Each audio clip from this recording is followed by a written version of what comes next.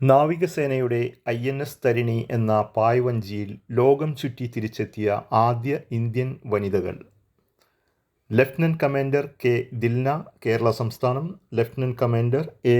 രൂപ, Puducherry.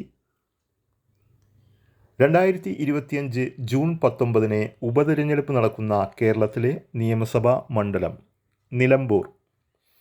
2025 food corporation of ഇന്ത്യയുടെ general manager പദവിയിൽ നിന്ന് വിരമിച്ച ഒളിമ്പ്യൻ ഷൈനി വിൽസൺ. 72ാമത് ലോകസുന്ദരിയായി തിരഞ്ഞെടുക്കപ്പെട്ടത് ആരെയാണ്? ഒപാൽ സുജാത ചോങ്സി. ലോക സുന്ദരിപ്പട്ടം നേടുന്ന ആദ്യ തായ്ലൻഡ് സ്വദേശിയാണ് 21-കാരിയായ ഒപാൽ.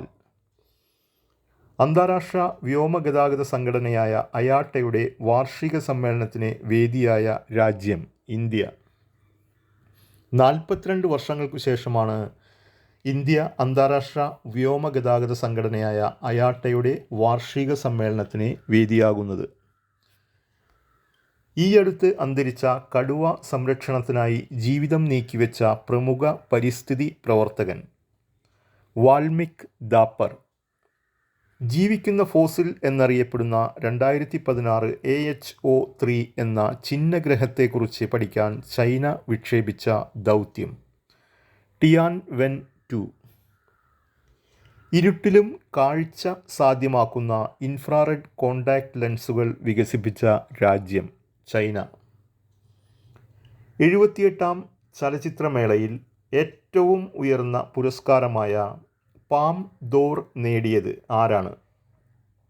ജാഫർ പനാഹി, രാജ്യം ഇറാൻ.